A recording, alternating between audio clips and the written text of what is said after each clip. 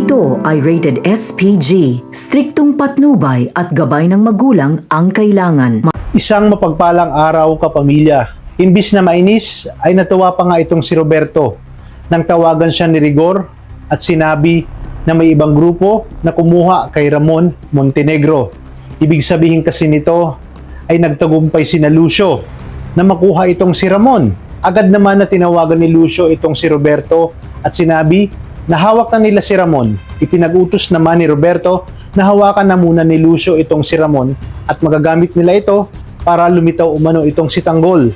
Kaya naman sinabi ni Lucio sa kanyang grupo na itatago muna nila itong si Ramon sa isa sa kanilang mga hideout. Tiyak umanong tiba-tiba sila sa pabuyang makukuha kay Roberto. Ang hindi nila alam ay nagkamalay na si Ramon at ririnig sila nito at nagkukunwari lang itong walang malay. Pinag-aaralan ni Ramon kung paano siya makakahanap ng pagkakataon upang makatakas. Naisip ni Ramon na kinakailangan siguraduhin niyang hindi siya mahuhuli ng mga ito. Kaya naman, nang marinig niyang magkakaroon ng kasiyahan sila Lucio, ay hinintay niya talaga na malasing ang mga ito at magpakalango sa alak. Saka siya gagawa ng paraan para makatakas sa lugar kung saan siya itinago ng mga ito. At ito nga ay nangyari dahil sa kalasingan ay nakatulog ang ilan sa mga tao ni Lucio.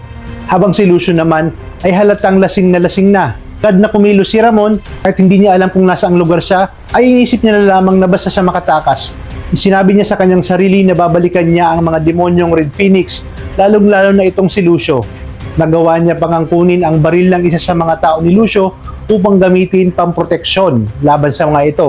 Ngunit malapit na sana siyang makalabas nang biglang magising itong si Lucio at nakita itong si Ramon. Kahit na mahina ay pinamalas ni Ramon ang kanyang galing sa pakikipaglaban, kaya hindi nakaporma ang nangihina na si Lucio dahil sa sobrang pagkalango sa alak. Agad na nawala ng malay si Lucio at tagumpay na nakatakas itong si Ramon. Ngunit pala isipan ngayon kung saan siya tutuloy dahil batid niyang magpapakalat ng mga tao itong si Roberto at hindi ito titigil hanggat hindi siya nahahanap at naipapapatay. Dito kaya papasok ang isang bagong karakter na siyang tutulong kay Ramon upang balikan ang mga gerero.